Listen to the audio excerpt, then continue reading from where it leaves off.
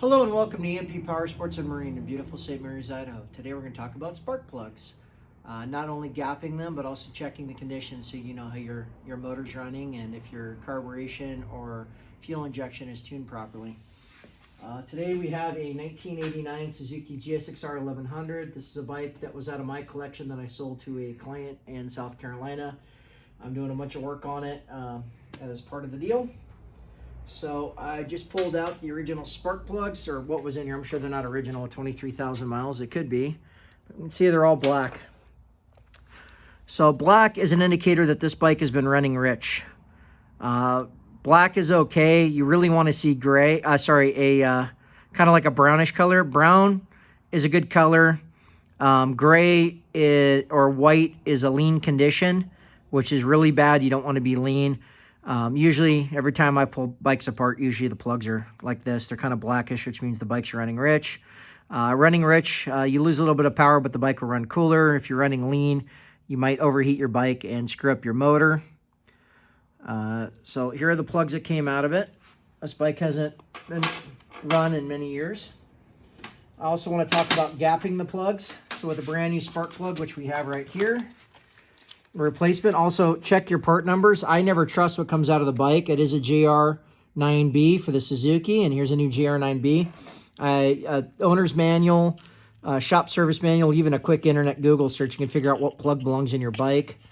I think setting on this was 0.024 to 0.028, so we'll go to 2.5 today.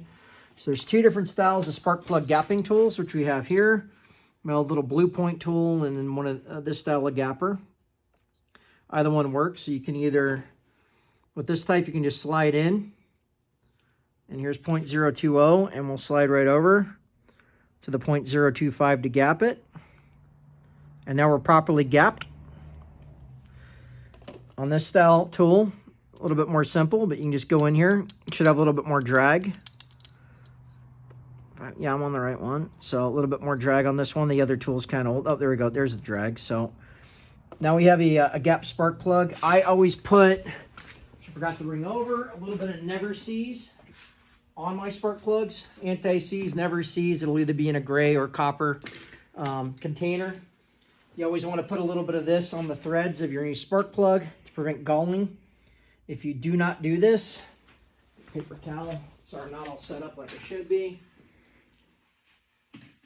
If you do not do this, you will end up galling the new spark plug and the cylinder heads, as most plugs are made out of steel or stainless steel.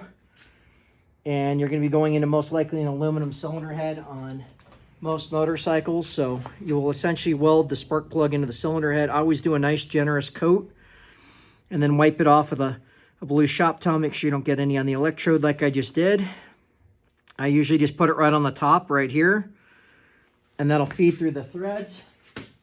With spark plug sockets, you want to make sure that you actually have a proper spark plug socket. This is a 18 millimeter. Spark plug sockets have a rubber insert in them to protect the ceramic coating on the spark plugs.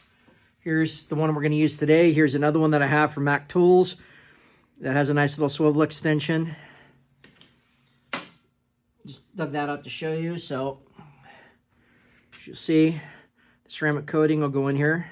Plug's nice and protected. Now if this plug is gapped and has Never Seez on it, we will drop it very carefully into cylinder one. Make sure you got a nice thread on it. If it doesn't go in right away, sometimes you can go backwards and that'll catch the thread and then go forwards. I always do them by hand to start and run them down by hand. There is a crush washer on plugs. Now when it's tight, I'll take my ratchet, which is right here, nice little stubby. And they're about 25 foot-pounds, which is roughly hand tight with a ratchet. So I just like to get them nice and snug. I've done this a lot. I don't recommend, let me just make sure to go by feel. That's perfect right about there, nice and snug. So get them snug and just a little pitch of a turn past snug. Once you do this as many times as I've done it, you'll develop a feel. It's roughly 25 foot-pounds on most spark plug applications. I do have torque wrenches in the shop. Do not use a clicker torque wrench when you're doing spark plugs. You will most likely break the plug off inside the motor, and that's a huge mess and pain in the ass if you do that. If you don't trust your skills, get a beam type. These are a lot more simplistic and cheaper type torque wrench. I do like the beam types if you're going to use one on spark plugs or anything that's really like torque, because you'll actually feel if you have a feel for it, you'll actually feel the threads start to strip, or if something's going to break or give, you're going to feel it with one of these. You won't feel that with a clicker. By the time you realize that it's too much torque, you're in trouble. So I always do spark plugs by hand. If you're a veteran mechanic and you have a good feel for it, and you know how tight things are supposed to be, I recommend doing it that way. If you're not a veteran mechanic like I am, I'd recommend getting a beam type torque wrench. And like I said, you can check torque. It'll be in your most owners or service manuals. Actually, it'd be in your service manual most likely. Plug, model number, and gap can be easily found on a quick Google internet search, or it can be found in your owner's manual. But like I said, gaps will vary. Plug model numbers will vary. The torque on the average spark plug won't really vary. It's roughly 20-25 foot-pounds. So this is just a quick tutorial on how to check if your bike's running rich or lean, if your bike's running properly. And this is also not only how to check your plugs, but how to figure out what model plug you need. As I've seen a lot of wrong plugs in bikes, so always not only check what's coming out of the bike, but check via a service manual or the internet what should be going in the bike. And if you have any questions, please feel free to reach out to us. We are a professional restoration and race shop here in St. Mary's, Idaho.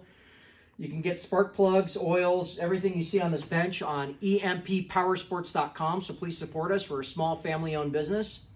If you like this video and you found it to be helpful, please smash the like button, hit that subscribe button. We're going to see you next time on EMP Power Sports and Marine.